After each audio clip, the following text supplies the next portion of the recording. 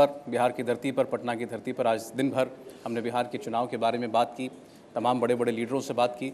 और अब हमारे साथ हैं एक और बहुत बड़ी शख्सियत, एक बहुत कद्दावर नेता, भारतीय जनता पार्टी के राष्ट्रीय अध्यक्ष अमित शाह जी। मैं चाहूँगा हम लोग स्वागत करें अमित शाह जी का। लेकिन सवाल जवाब शुरू हों, उसमें आपके भी सवाल होंगे। उससे पहले ज़रा एक नज़र डाल लेते हैं बिहार चुनाव की क्या पृष्ठभूमि है इस बार, और क्यों ये चुनाव बल्कि दूसरे और आम चुनावों से थोड़ा सा अलग है, फ़र्क है, ज़्यादा अहम है।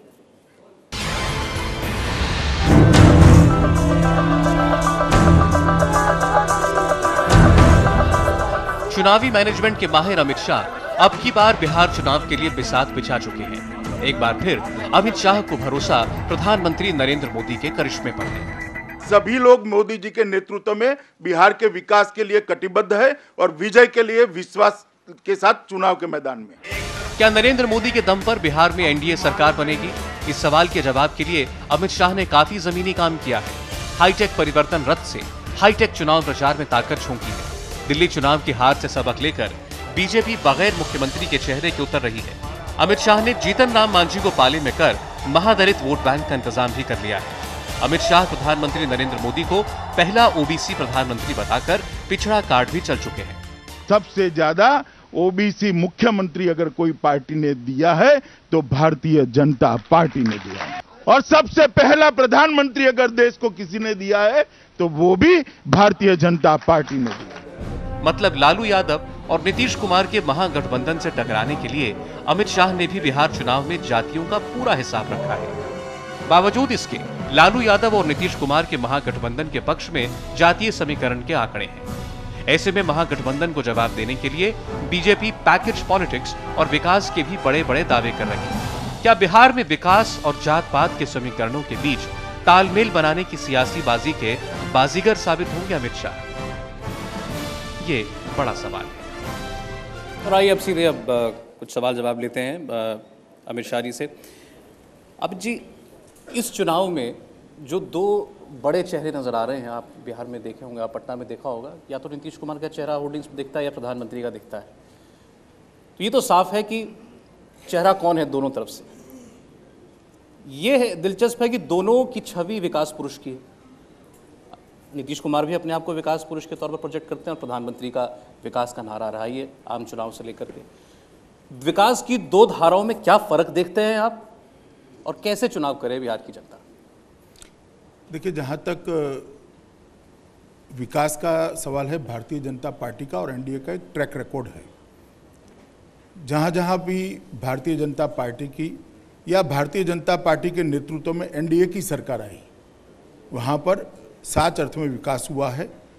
और विकास मैं फौरी नारे के लिए नहीं कह रहा, उस विकास को जनादेश देकर वहाँ की राज्य की जनताओं ने सर्टिफाइड भी किया है। जैसे गुजरात में एक बार भारतीय जनता पार्टी की सरकार आने के बाद आज तक नहीं गई। मध्य प्रदेश में भारतीय जनता पार्टी की सरकार बनी, आज तक वहीं है। छत्तीसगढ़ में भारतीय जनता पार्टी की सरकार बनी, आज भी वहीं भारतीय जनता पार्टी की सरकार है। हरियाणा में हम जीते, महाराष्ट्र में जीते, झारखंड में जीते और जम्मू कश्मीर में भी जीते हैं। सब जगह पे भारतीय जनता पार्टी ने एक अच्छी शुरुआत की है, और उसके कारण एक विकास का जो अच्छा खासा अनुभव विकास करने का है वो भारतीय जनता पार्टी की कैडर के साथ है। जहाँ तक बिहार का सवाल है, यहाँ पर हम भी सत्ता में रहे हैं, मगर नीतीश जी के नेतृत्व में सरकार थी। भारतीय जनता पार्टी के कार्यकर्ता पूरी तरह से स्वतंत्र नहीं थे। ना एजेंडा हम सेट करते थे, ना एजेंडा के इम्प्लीमेंटेशन की स्वतंत्रता थी। मैं दावे के साथ कहता हूँ कि बिहार की जनता ने अब तक कांग्रेस, राजद, जदयू सबको मौका दिया है। एक मौका भारतीय जनता पार्टी के नेतृत्व में एनडीए को दे दे, हम बिहार को देश की अग्रिम राज्य बना करके। नीतीश कुमार का ये तर्क है कि जिन पैरामीटर्स को आप विकास कहते हैं वो केवल नारे हैं, वो केवल जुमले हैं, और विकास देखना हो, असल विकास देखना हो तो बिहार में आकर देखना पड़ेगा, क्योंकि बिहार देश के सबसे पिछड़े राज्यों में से एक था, और इसको अगर टर्न अराउंड किया है तो नीतीश कुमार ने किया। चुनाव मंच पर उन्होंने बोला। अगर नीतीश कुमार जी बिहार की आज की स्थिति से संतुष्ट है तो मुझे कुछ नहीं कहना है भाई। चुनावी वहां समाप्त हो जाता है। मुझे लगता है बिहार में काफी संभावनाएं पड़ी हैं। गंगा जमुना का मैदान है, फर्टाइल लैंड है, सबसे मेधावी युवा है, मेहनत कश इंसान है, नीचे तुरंत जमीन के नीचे पानी पड़ा है, पर्यटन की बहुत सारी संभावना है। क्या एक्सप्लोर हुआ है बताइए आप मुझे। कितने गांव में बिजली पहुंचा, कितना घंटा बिजली पहुंचा। आज भी बिहार के अंदर परीक्षा होती है तो मास कॉपीज के अखबार में फोटो छपते हैं। यह बिहार की कल्पना है नीतीश जी की। और अगर इसी से संतोष है तो मैं बिहार की जनता को कहता हूं कि हम भी बताएंगे कि विकसित बिहार कैसा होता है, गौरववंत बिहार कैसा होता है, और बिहार गुजरात का सबसे अच्छा राज्य कैसे बन सकता है। उनको अगर संतोष है, मगर भारतीय जनता पार्टी के कार्यकर्ताओं को संतोष नहीं है। बहुत कुछ करना बाकी है।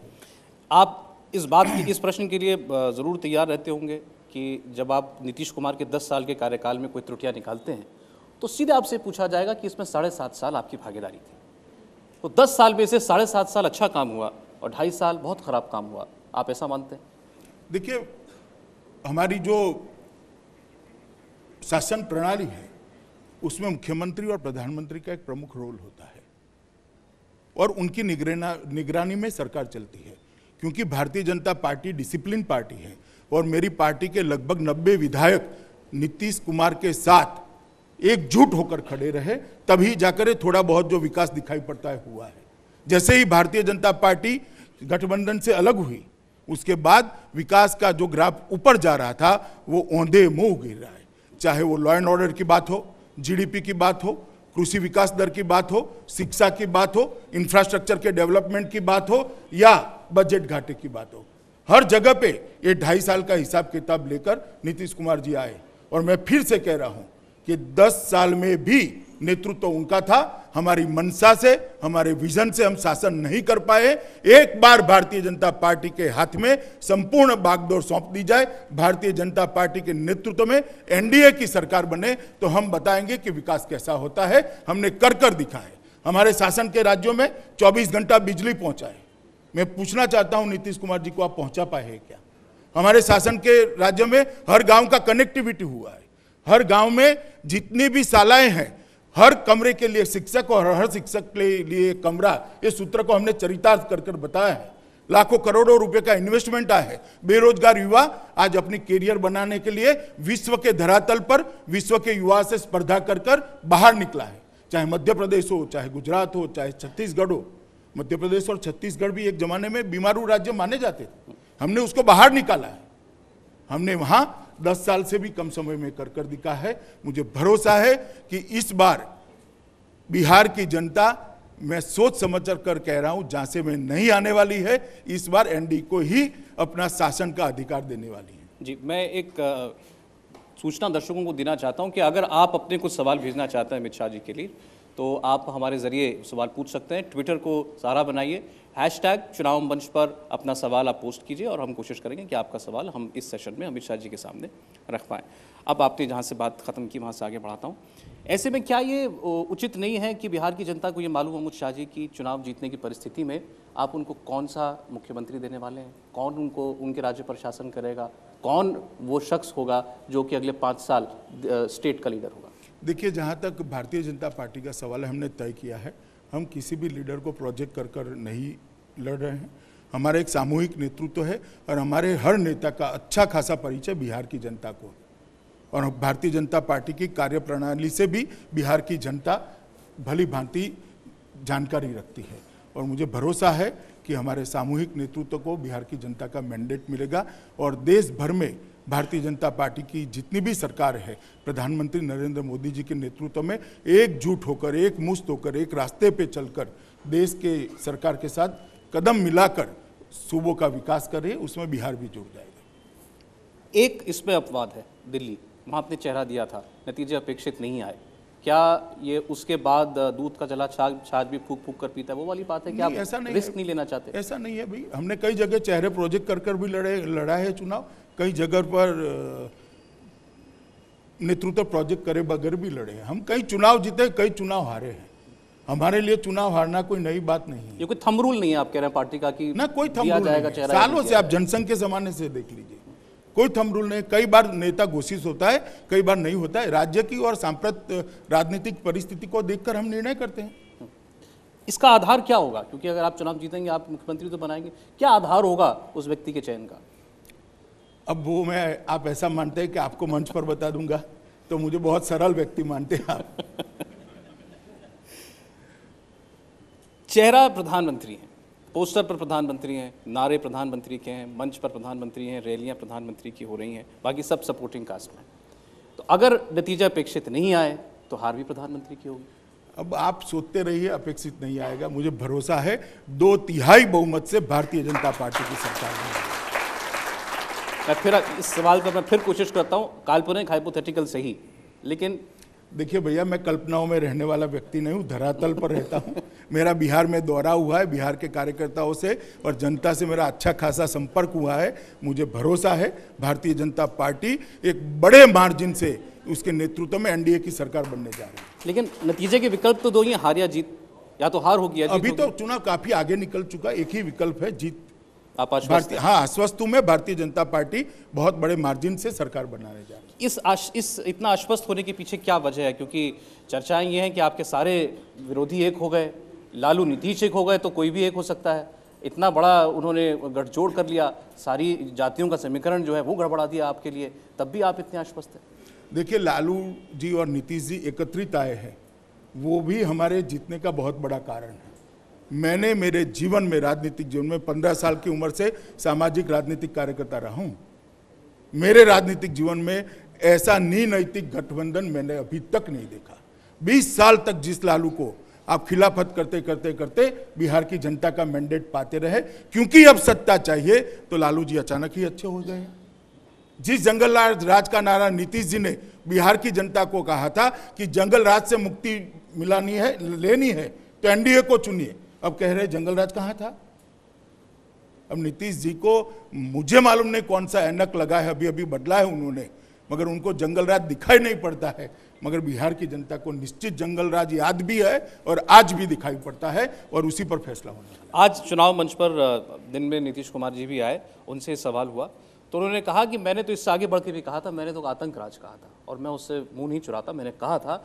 लेकिन मैं आश्वासन देता हूं कि किसी भी सूरत में अब बिहार में वो दौर नहीं आ सकता, क्योंकि मैं मुख्यमंत्री घोषित हूं और मैं जीता तो मेरे सामने बिहार की वही दशा कभी नहीं हो सकती। ये वो आश्वासन दे रहे हैं। अभी एक बंद का ऐलान किया था राजद ने, उस दिन बिहार की जनता ने देख लिया क्या हुआ था। और लॉ एंड ऑर्डर के आंकड़े, अभी लालू जी तो आए ही नहीं, अभी से लॉ एंड ऑर्डर के सारे आंकड़े गड़बड़ा गए हैं। लगभग 20% की वृद्धि है, जिसका संज्ञान लेने पड़े ऐसे चारों गुनाहों में 20 से 25% की वृद्धि है। लालू प्रसाद जी को लेकर के ऐसा क्यों प्रचार है, गलत या सही, इसका निर्णय जनता करे, कि लालू प्रसाद का मतलब है विकास की दुर्दशा, आपको स्थितियों मालूम की नहीं है? दुर्दशा? आपको मालूम नहीं है सच अर्थ में? अरे मुझे क्या पूछ रहे हो यार, पूरे देश को मालूम है ऐसा क्यों है। मैं आपको इसके बाद उनका जवाब बताऊंगा, इसलिए पूछ रहा हूं क्यों आप ये कहते हैं। अरे भाई, पूरे देश को मालूम है, इसमें कारण देने की कोई जरूरत ही कहाँ है। जो बात सब लोग जानते हैं उसको मैं क्यों मेरे शब्द जाया करूं। क्योंकि वो ये कहते हैं कि जिस दौर में वो मुख्यमंत्री बने थे उस समय बिहार को सामाजिक न्याय व्यवस्था की जरूरत थी और हमने वो किया। हमने पिछड़ों को, चाहे आप उनको, चाहे हमें जातिवादी कह लीजिए, लेकिन उनको आगे लाने की जरूरत थी, हमने वो किया और इसके बदले में हमें अगर कोई भी तमगा या गाली मिलती है तो उसको हम स्वीकार करते हैं। देखिए, नीतीश जी और लालू जी दो ऐसे देश भर में दो ही नेता है जिनके साथी हमेशा बिछड़ते रहे हैं। लालू जी ने सामाजिक न्याय का नारा देकर, समाजवाद का न्याय देकर जो लड़ाई चालू की थी, वो अब परिवार तक सिमट कर रह गई, परिवार से ऊपर नहीं है। सारे एक एक कर बिछड़ गए, प्यासा के गाने की तरह, प्यासा फिल्म के गाने की तरह, बिछड़े सभी बारी बारी। यहाँ बिछड़े नहीं है, निकाल दिए गए। सामाजिक न्याय कहाँ रहा भैया? आपको लगता है आज ये नारा रेलेवेंट नहीं है बिहार में? नारा रिलेवेंट है, लोग नारे के लिए रिलेवेंट नहीं है। ये आपके एजेंडे में भी है इसका मतलब? जी है, जरूर है। हम मानते हैं कि पिछड़ों को आगे लाना चाहिए। और पिछड़ों को आइडेंटिफाई करने का जाति के अलावा और कोई तरीका नहीं है? कई प्रकार के तरीके हैं, मगर किसी भी तरह से जो पिछड़ा है उसको समान मौका मिलना चाहिए और उसको आगे लाने के लिए बाकी सब ने प्रयास करना चाहिए। ये सवाल आज इसलिए ज़्यादा उठ रहा है क्योंकि हमने अभी कल ही देखा आरएसएस प्रमुख ने एक बात कह दी, आरक्षण को पर पुनर्विचार होना चाहिए, हमें ऐसे समाज की कल्पना करनी चाहिए जहां आरक्षण ना हो, और उस पर आपकी पार्टी बहुत डिफेंसिव देखी गई और आपकी पार्टी की तरफ से ये कहा गया कि आरक्षण विरोधी नहीं है भारतीय जनता पार्टी। आरक्षण को लेकर के क्या सोच है आपकी? जाति है तो आरक्षण ठीक है? देखिए, जहाँ तक आरक्षण की सवाल है, सबसे पहले मैं भारतीय जनता पार्टी का स्टैंड क्लियर कर देता हूँ। हम वर्तमान आरक्षण प्रथा के विरोधी नहीं हैं।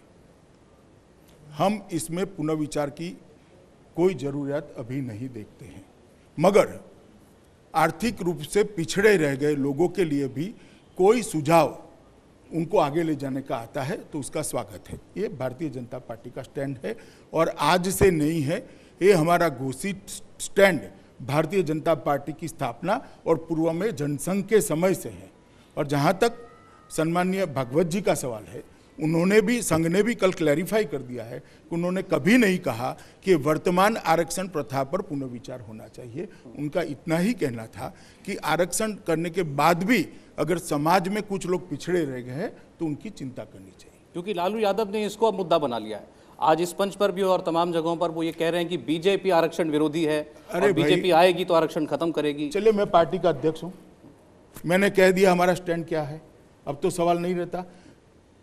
कांग्रेस पार्टी के प्रवक्ता मनीष जी ने कहा है कि आरक्षण को, अभी की आरक्षण व्यवस्था को बदलकर अलग प्रकार की आरक्षण व्यवस्था करनी चाहिए। मैं लालू जी को इस मंच से पूछना चाहता हूं, अब क्या कांग्रेस के साथ गठबंधन तोड़ देंगे क्या?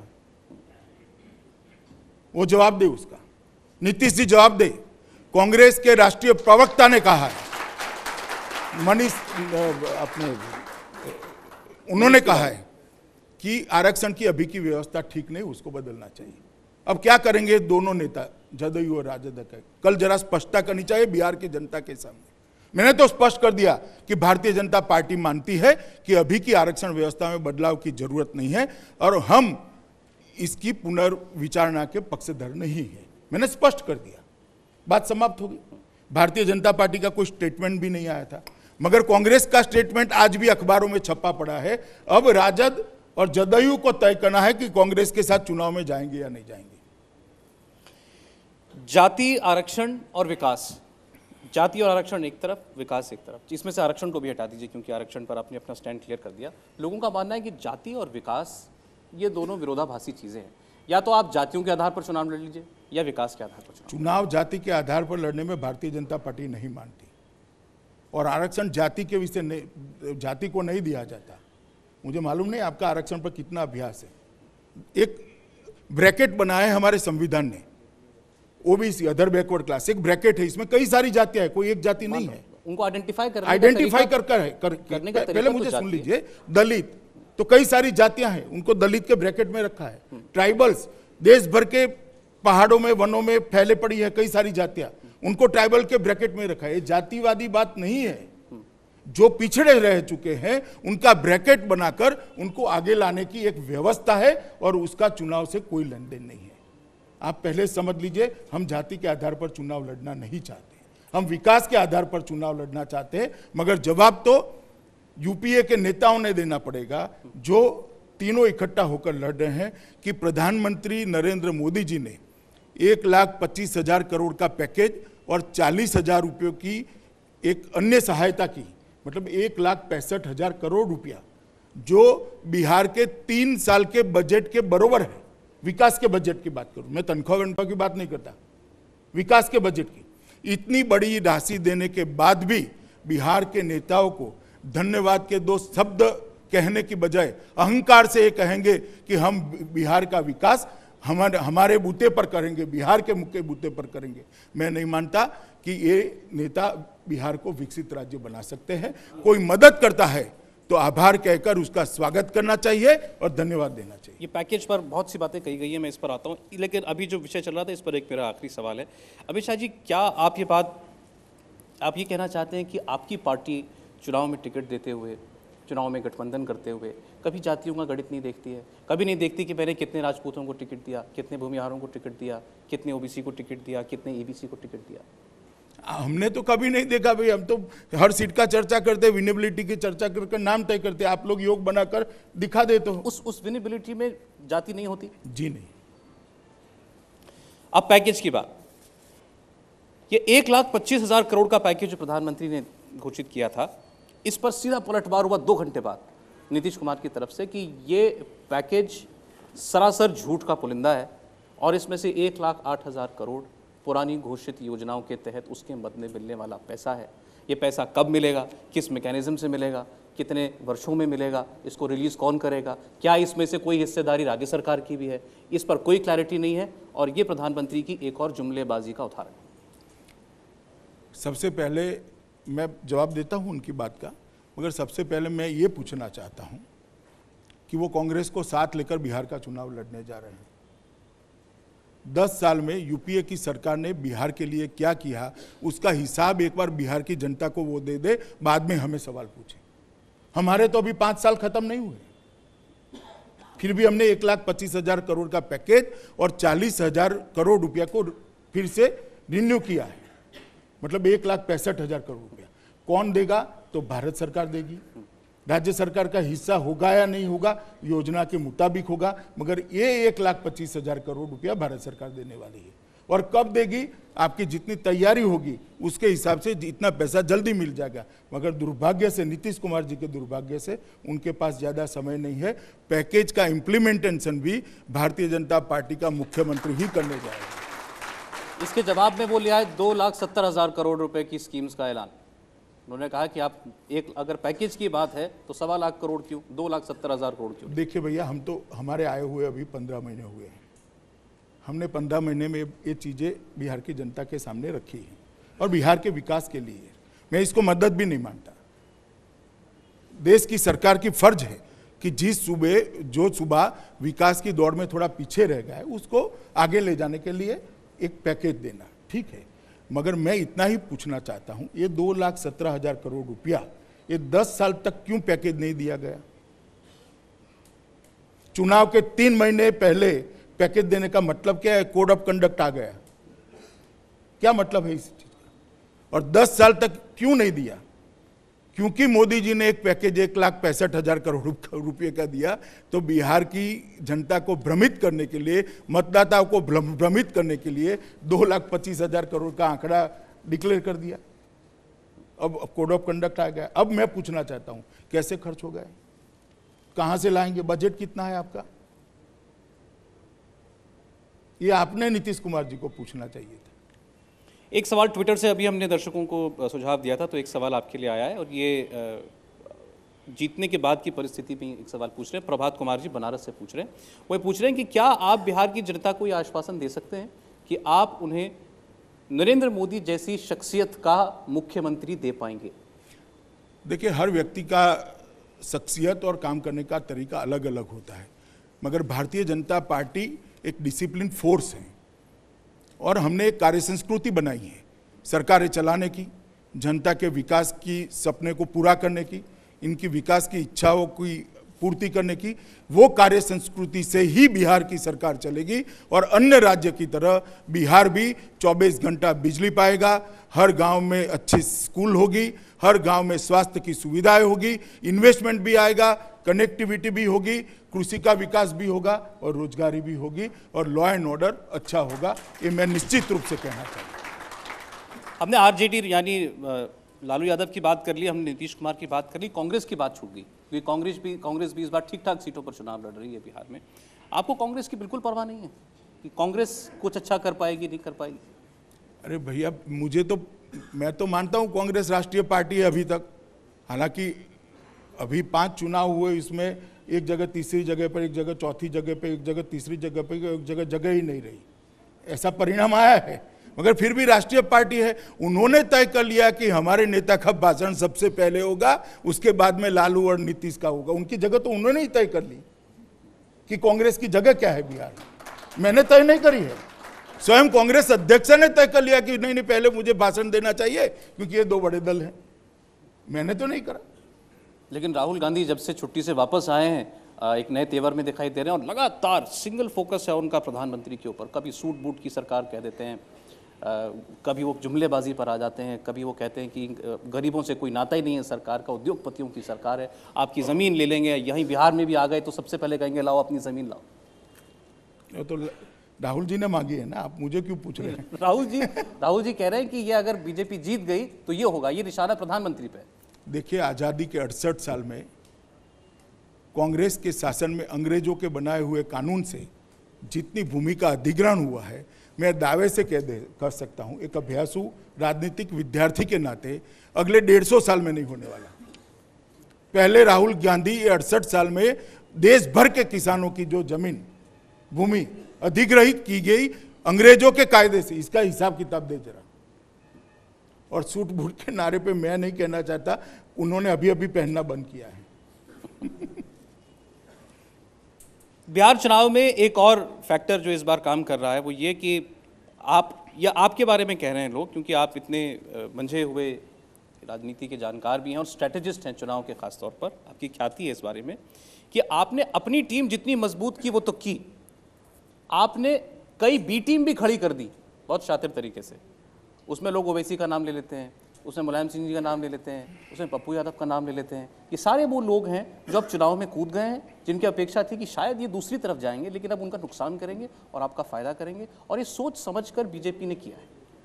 देखिए, आपने जितने भी नाम दिए, नेताजी का नाम दिया, पप्पू यादव जी का नाम दिया, श्री ओवैसी का नाम दिया, या बाकी जितने भी नाम आप दे रहे हो और बी टीम सी टीम बना रहे हैं, ये सारे भारतीय जनता पार्टी के धूर विरोधी हैं। उनका बस चले तो भारतीय जनता पार्टी की राजनीति के अंदर एंट्री ही बंद कर दें, इस तरह के धूर विरोधी हैं। अब उनको लगता है कि ये दो लोग और कांग्रेस मिलकर भारतीय जनता पार्टी का सामना ठीक से नहीं कर पाएंगे, उनसे मजबूत सामना हम कर पाएंगे, और वो मैदान में आते हैं तो मैं कैसे रोक सकता हूं? नीतीश जी और लालू जी ने रोकने का बहुत प्रयास किया, मगर वो विश्वास नहीं दिला पाए कि हम भारतीय जनता पार्टी को हरा पाएंगे, इसलिए खुद मैदान में आ चुके। नेताजी ने कहा भी है कि भारतीय जनता पार्टी का विरोधी तो मैं हूं, नीतीश जी तो हमारे साथ थे ना 10 साल। आपने भी अभी कहा, वो कहां से विरोधी हो गए?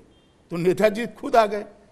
ये तो बात लोग समझ नहीं पा रहे कि बीजेपी के धुर विरोधी इस बार बीजेपी की फायदा पहुंचाने वाली फायदा पहुंचाने नहीं आए। उनको उनको लगता है कि लालू जी और नीतीश जी के नेतृत्व में बीजेपी का सामना ठीक से नहीं होगा, इतने निर्बल हो चुके हैं कि सामना ही नहीं होगा, इसलिए वो लोग आए।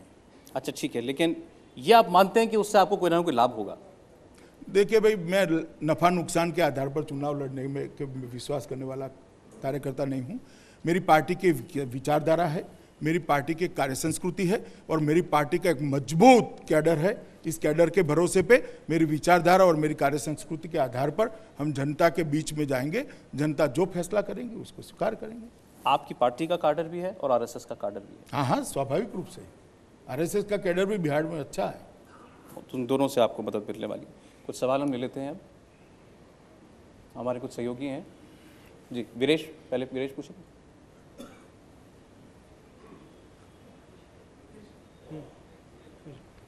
नीतीश पूछ रहे हैं। बिहार बीजेपी कोई अपना चेहरा नहीं दे सकी है, इसको लेकर विपक्ष जो है वो लगातार हमले बोलता रहा है। अभी मुख्यमंत्री पद का दावेदार कौन होगा जाहिर है आप नहीं बता रहे हैं, लेकिन चुनाव के बाद कौन चेहरा होगा? इस हॉल में 3 चेहरे बैठे हुए हैं बिहार बीजेपी के, कम से कम इतना बता दीजिए कि इन 3 में से कोई एक है या नहीं।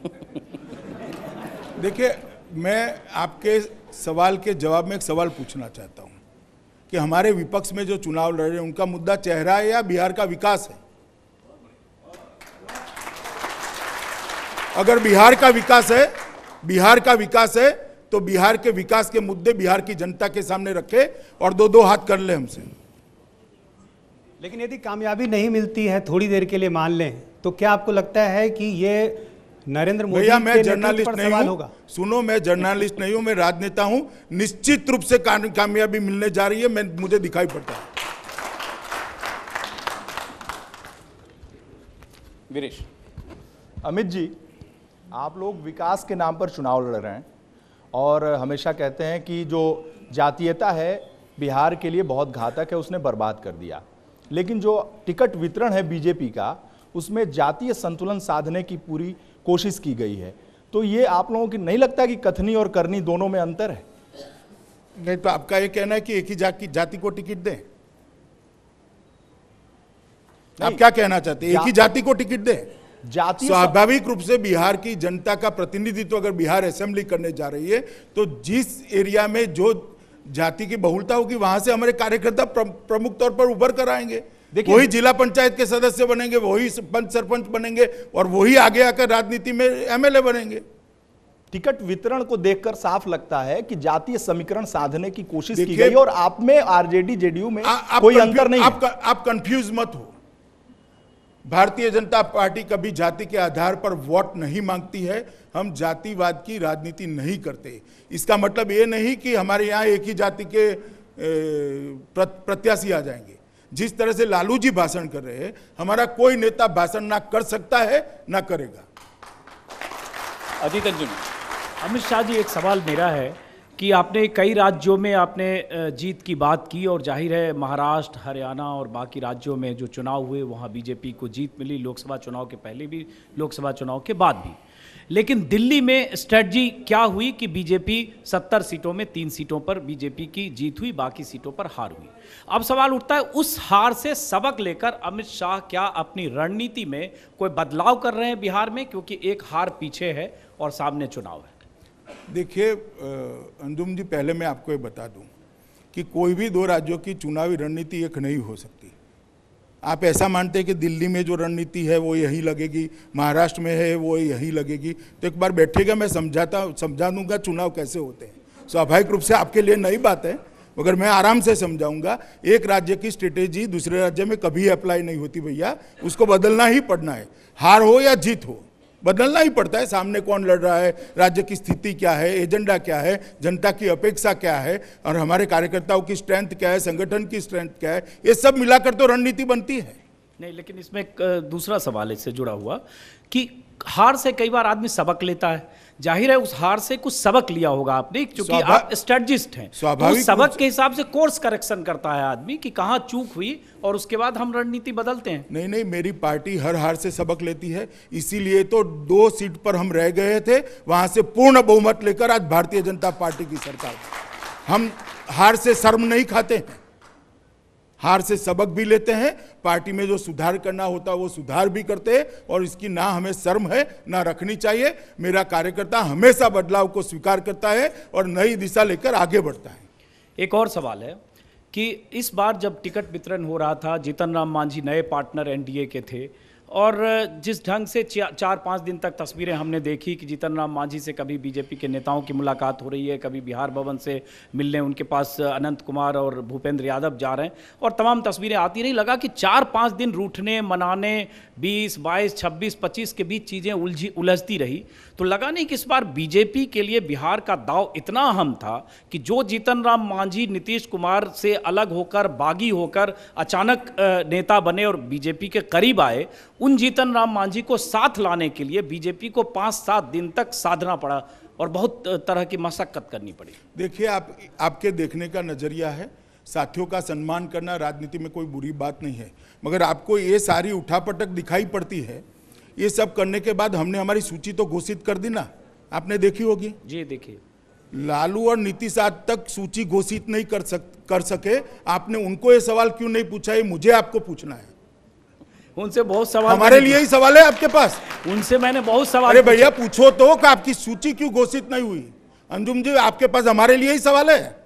उनसे 2-2 घंटे हमने सवाल, मगर ये क्यों नहीं पूछा पूछने जैसे सवाल। हाँ, लेकिन हमने बहुत दूसरे सवाल पूछने जैसा सवाल है। कल मिल जाइए तो ये भी कल मिल जाइए तो पूछिएगा जरा।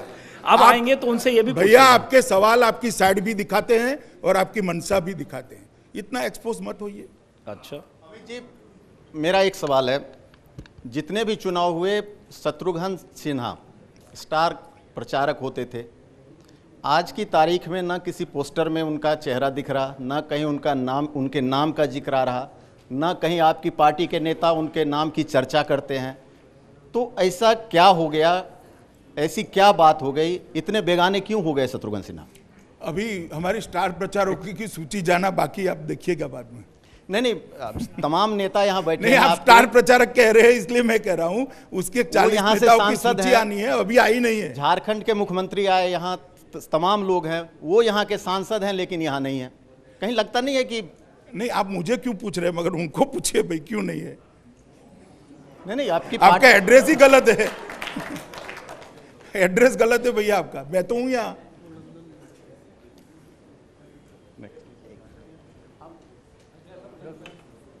देवेंद्र अमित जी, दो छोटे छोटे सवाल हैं। पहला ये है कि हार्दिक पटेल जिस प्रकार से बिहार में रैली करने जा रहे हैं, क्या आप लोगों को लगता है कि उनके पीछे कोई खास सियासी शक्ति काम कर रही है जिस प्रकार से बिहार के पॉलिटिक्स में वो इंटरेस्ट दिखा रहे हैं? और दूसरी चीज़ ये है कि पिछले लोकसभा चुनाव से पहले आप लोगों ने एक अति पिछड़ा उम्मीदवार को पीएम कैंडिडेट दिया और सफलता इतिहास की बारिश लिख दिया। क्या बिहार में भी यह संभव है कि एक अति पिछड़ा कैंडिडेट को आप लोग सीएम के तौर पर प्रोजेक्ट कर दें? जहाँ तक आपने कहा कि हार्दिक जी यहाँ प्रचार करने आएंगे, भाई हम बहुपक्षीय लोकतांत्रिक व्यवस्था में जी रहे हैं। सबको चुनाव में अपने अपने मत रखने का अधिकार है और जो आना चाहते हैं वो रखेगा, इसमें क्या दिक्कत है। और जहाँ तक भारतीय जनता पार्टी के मुख्यमंत्री का सवाल है, हमने अभी तय नहीं किया है। हमारा पार्लियामेंट्री बोर्ड और चुना हुआ विधायक मंडल तय करेगा कि मुख्यमंत्री कौन बनेगा।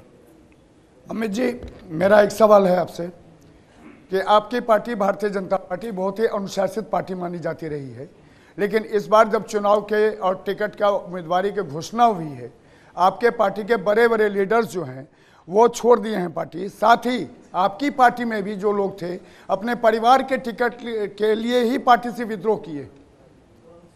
चलिए, होता है कई बार ऐसा, थोड़ी बहुत घटनाएं हुई भी है, मैं इसे इनकार नहीं करता। अमित जी, एक और सवाल है आपसे कि तमाम जो विरोधी खेमा है जिसको आप महागठबंधन कहते हैं, नीतीश कुमार कह रहे हैं कि बिहार को विशेष दर्जा चाहिए। आपकी तरफ से क्या कहना है बिहार की जनता को?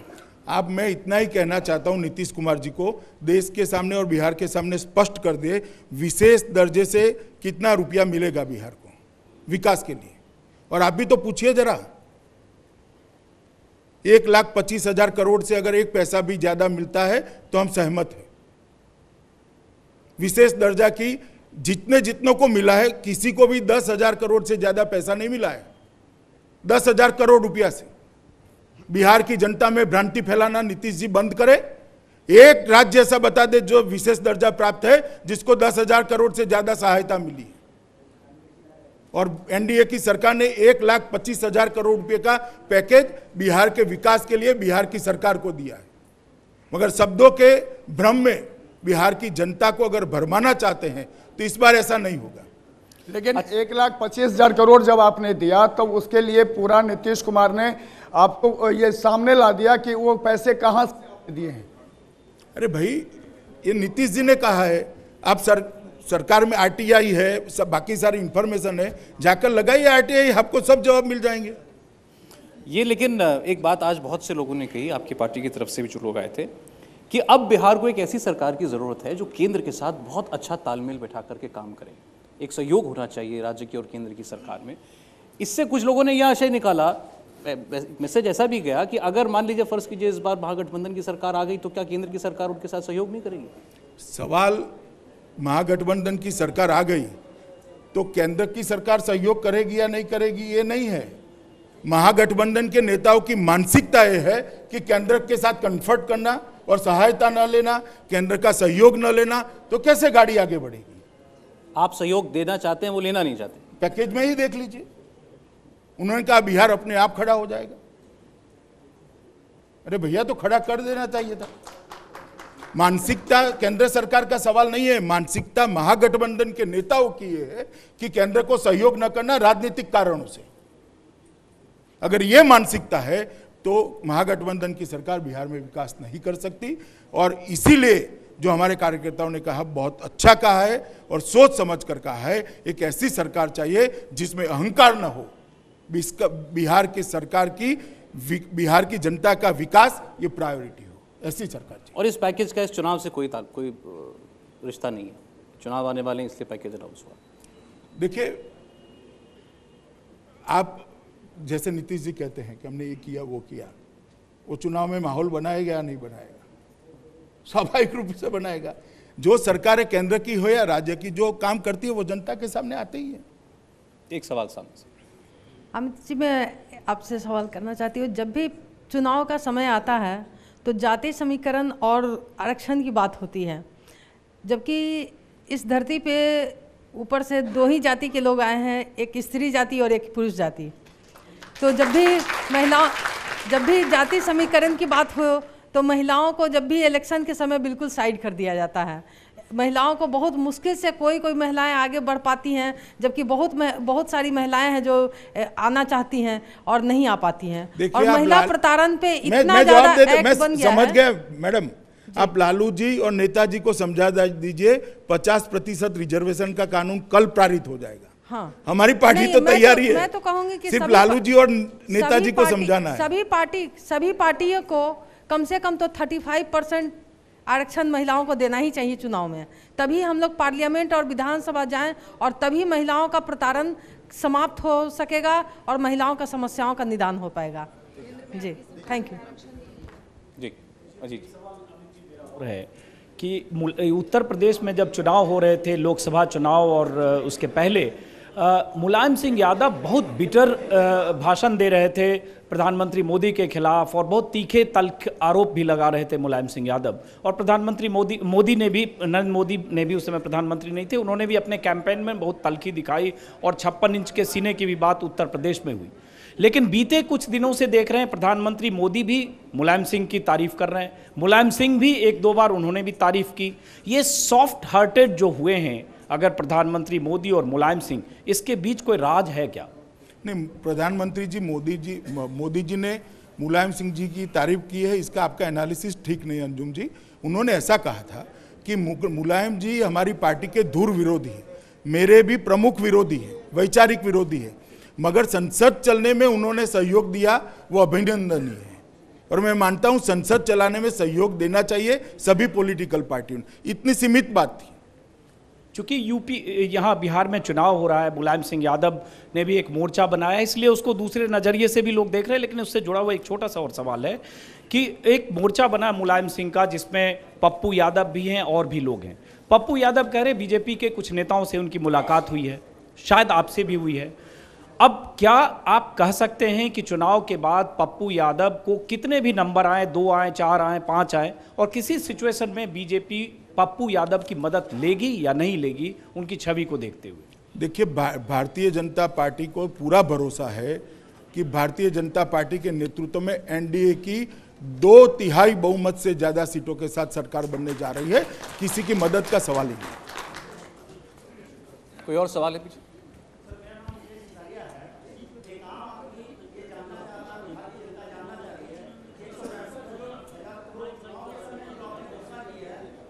चौदह महीने पहले क्यों नहीं की थी? देखो भाई, 14 महीने का समय इतना बड़ा समय नहीं होता। कोई भी आयोजन करने में, उसकी योजना बनाने में, उसके बजट के लिए पैसों का रिसोर्स तैयार करने में और उसको एक ढांचे में ढालने में 13-14 महीना चले जाए, वो कोई बड़ी बात नहीं है। मेरा इतना कहना है कि ये 1,25,000 करोड़ 10 साल तक सोनिया मनमोहन की सरकार ने क्यों नहीं दिया? मुद्दा तो ये है। हमारे तो सिर्फ 15 महीने हुए भाई। तो हम लोग पूरी आशा भरी निगाहों से आपको देखते रहें और पूरी उम्मीद रखें बिहार के लिए। जी, आपकी उम्मीदें भारतीय जनता पार्टी की सरकार जरूर पूरा करेगी।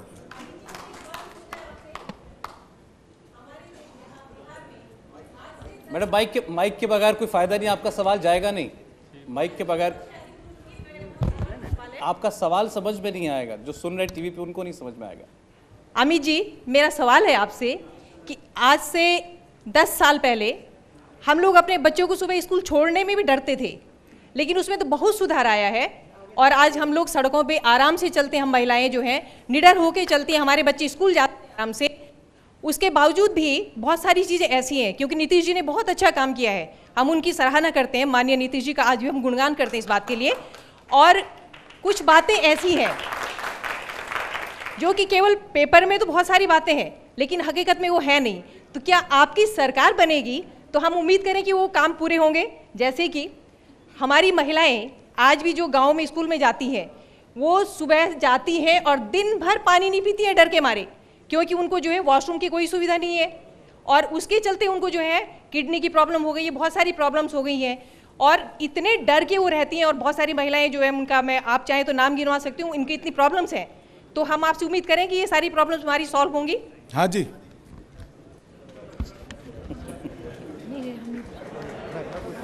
अच्छा, एक मुद्दा और अमित जी, जो इस चुनाव में लोग महसूस कर रहे हैं और ये काफ़ी अरसे से चला आ रहा है, वो ये कि चुनाव जो है कुछ पार्टियों के चुनाव से बढ़कर हो गया है, क्योंकि नीतीश कुमार जी और नरेंद्र मोदी जी के बीच कुछ निजी अदावत भी है, कुछ निजी द्वेष भी है। शायद वो कहानी पुरानी है कि वो प्रचार के लिए आने वाले थे, एनडीए का न्योता था खाने का, वो पूरा नहीं हो पाया। उसके बाद आपने सरकार चलाई क्योंकि एक पोस्टर छप गया था जिसमें दोनों हाथ पकड़े खड़े थे, और उसके बाद जो किस्म की बयानबाजी भी हुई है, चाहे डीएनए वाली बात हो, उसके जवाब में वो डीएनए सैंपल भेज रहे हैं दिल्ली, तो ये कुछ हमने तो ऐसा कुछ नहीं करा। वो क्या कर रहे हैं वो बिहार की जनता देख रही है। हमारा कोई निजी चुनाव नहीं है, हमारे चुनाव का एजेंडा सिर्फ एक ही है, विकास विकास विकास। और नीतीश कुमार के डीएनए में प्रॉब्लम है, इस बयान को नीतीश कुमार ने बिहारी डीएनए से जोड़ दिया, बिहारी अस्मिता से जोड़ दिया। पहले आप समझ लीजिए, प्रधानमंत्री जी ने ना बिहार का डीएनए का है, ना नीतीश जी का डीएनए का है। उन्होंने राजनीतिक डीएनए की बात करी थी, जो धोखाधड़ी की राजनीति चली है, जयप्रकाश नारायण को से छोड़ते छोड़ते छोड़ते मांझी तक, उसके बारे में वो बात कर रहे थे। आज भी उन्होंने इस पर सफाई दी। उन्होंने ये कहा कि उनके बयान में प्रधानमंत्री के कई राजनीतिक शब्द नहीं है, वो सीधी एक निजी टिप्पणी थी मेरे ऊपर। मगर आपकी चैनल के लाइब्रेरी में होगा, निकाल कर देख लो, मैं तो देख चुका हूं। राजनीतिक शब्द प्रयोग है, वो कोई निजी हमला नहीं था ना, उसको निजी उन्होंने बनाया, वो बनाने का प्रयास कर रहे हैं। बिहार की जनता जानती है कि क्या कहा गया है, बनेगा नहीं। आज तो उन्होंने वो जो भोज कैंसिल हुआ था एनडीए का, जहां से सारा टकराव शुरू हुआ, उसका ठीकरा भी एनडीए के सर, बीजेपी के सर उन्होंने बढ़ दिया, और उन्होंने तो सुशील मोदी जी का नाम ले दिया। वो सब जानते हैं किसने किया था, मैंने नहीं किया था। मगर इतनी साल तक क्यों चुप रहे? अगर सुशील जी ने करा था तो इतनी साल तक नीतीश जी क्यों चुप रहे? किसका डर था उनको? अब जवाब देने की स्थिति में नहीं है, इसलिए अनर्गल आरोप लगा रहे हैं। अगर सुशील जी ने किया था तो आज तक चुप क्यों रहे? इतनी गालियां क्यों खाते रहे? वो ये कहते हैं कि मैं सफाई किस बात की दूं, क्योंकि गठबंधन मैंने नहीं तोड़ा, गठबंधन भारतीय जनता पार्टी ने। देखिए, पूरी दुनिया को मालूम है उनके मन में प्रधानमंत्री बनने की महत्वाकांक्षा थी, इसके कारण गठबंधन टूटा है। नीतीश कुमार जी ने एक और साथी को अपने साथ लिया, कम अल्प समय के लिए। यहाँ आए, वो यहाँ आए, ये दिल्ली गए उनसे मिलने के लिए, अरविंद केजरीवाल जी। अरविंद केजरीवाल कोई फैक्टर हैं बिहार में? वो तो बिहार की जनता ही तय करेगी भैया, मैं क्यों करूं? दिल्ली में तो जोर उनका है, जिस तरीके की चुनाव मगर जीते वो। बिहार की जनता तय करेगी। लालू यादव ने आज एक आरोप लगाया, क्योंकि आज ये सारे ताज़े वाक़े इसलिए आपसे पूछ रहा हूँ। उन्होंने कहा कि जो लोग मुझे या मेरी पार्टी को जातिवादी पार्टी कहते हैं, जो मेरे मंडल राज पार्ट 2 के बयान को ज़ोर शोर से प्रचारित करते हैं, उछालते हैं, वो ये भूल जाते हैं कि इस चुनाव में और बिहार की धरती पर किसी राजनीतिक सभा में कोई जातिगत टिप्पणी अगर किसी ने की थी, पहली टिप्पणी तो वो प्रधानमंत्री ने की थी, जब उन्होंने यदुवंशी का नाम लिया। नहीं, उसमें प्रधानमंत्री जी ने इस तरह से टिप्पणी नहीं की थी भैया, उन्होंने एक परंपरा बताया था। लालू जी बोलने में बड़े माहिर व्यक्ति है, किसी भी चीज को तोड़ मरोड़ लेते, ऐसा करके वो फिर से यदुवंशी बोले। कोई सवाल आपके बीच में है? माइक आपके पास होना चाहिए, ऐसे नहीं। अमित जी, मेरा क्वेश्चन आपसे है। उतनी देर से हम लोग बात कर रहे हैं जातिवाद की, बट आप अभी के टाइम में देखें, जो फर्स्ट टाइम वोटर्स हैं, स्पेशली जो गर्ल्स हैं, वो चाहती है कि अगर वो बीजेपी को वोट करे तो वो अपने लिए एक वो सेफ्टी ढूंढ रही है कि ऐसा क्या आप लोग हमारे लिए, जो फर्स्ट टाइम वोटर्स है, जो लड़कियां, उनके लिए आप ऐसा क्या करेंगे कि हमें वोट देते वक्त सोचना ना पड़े कि बीजेपी को क्यों दे रहे हैं? देखिए, जहाँ जहाँ भारतीय जनता पार्टी की सरकारें हैं, वहाँ सब जगह पर महिला सुरक्षा आदर्श है। और ये मैं नहीं कह रहा, जब यूपीए का शासन था तब नेशनल क्राइम रिकॉर्ड ब्यूरो के आंकड़े भी कह रहे हैं, जहां जहां भारतीय जनता पार्टी की सरकार आई है उसने महिला सुरक्षा को प्रायोरिटी दिया है। एक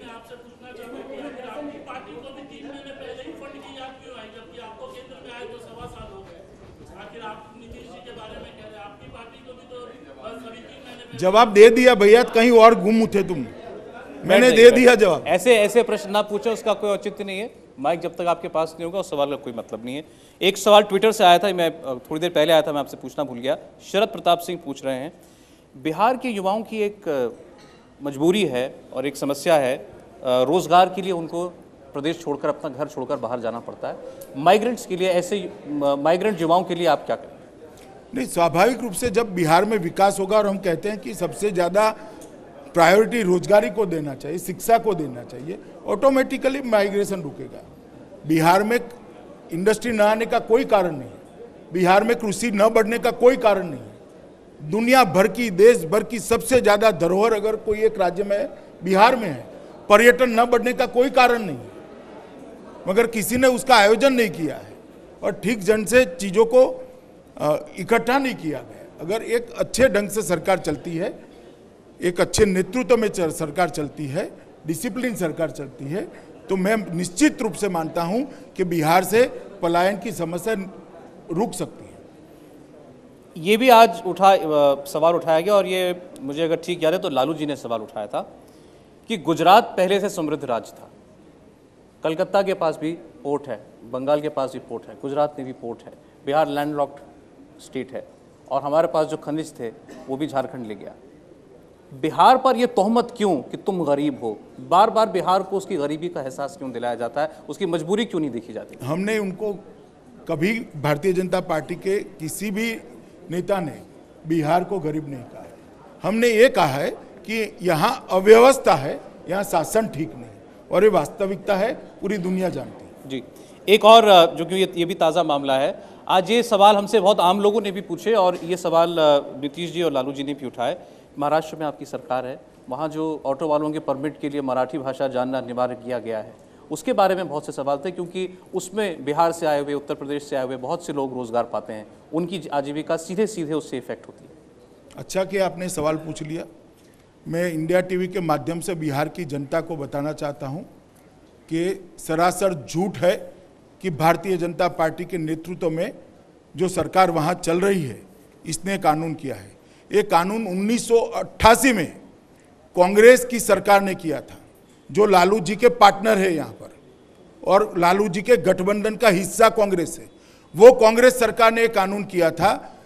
भारतीय जनता पार्टी की सरकार बनने के बाद करीब करीब, मुझे निश्चित आंकड़ा याद नहीं है, मगर 900 लोगों को नए लाइसेंस दिए गए हैं, उसमें 700 से ज़्यादा लाइसेंस हिंदी भाषियों को दिए गए। आज इसी बंद से एक और सवाल उठा, ये भी आपकी राज्य सरकारों में जो नीतियां हाल फिलहाल में देखी गई, बैन को लेकर के, खास तौर पर मीट बैन को लेकर के, ये महसूस किया जा रहा है कि बीजेपी शासित राज्यों में ही ये बैन क्यों आगे बढ़ाया जा रहा है? ऐसा नहीं है भैया, आपको मालूम नहीं। कई कांग्रेस सरकारों ने भी बीफ पर बैन लगाया, गौहत्या पर प्रतिबंध लगाया।